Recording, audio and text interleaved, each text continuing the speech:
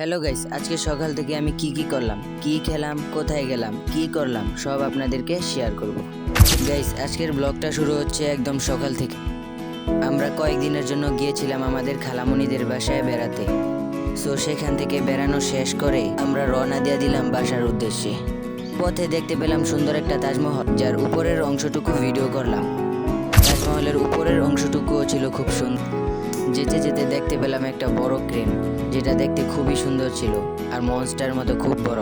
অবশেষে বাসায় পৌঁছানোর পর একটু রেস্ট নিয়ে বের হয়ে গেলাম ঘুরতে এবং প্রাকৃতিক সুন্দর কিছু দৃশ্য ক্যামেরাবন্দি করলাম। সূর্যমুখী ফুলের মতো দেখতে, নামটা আমার জানা নেই, বাট খুবই সুন্দর।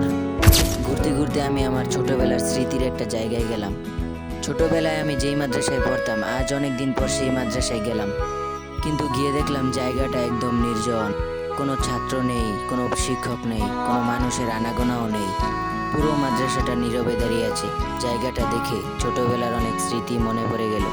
আজকের ব্লগের ইন্টারেস্টিং বিষয় ছিল আমার ছোট ভাই, সে কোথা থেকে জানি শামুকের ডিমের মতো কি নিয়ে আসলো। তো গাইস, এই ছিল আজকের দিনের ছোট ছোট কিছু মোমেন্ট। আশা করি আপনাদের ভালো লাগবে।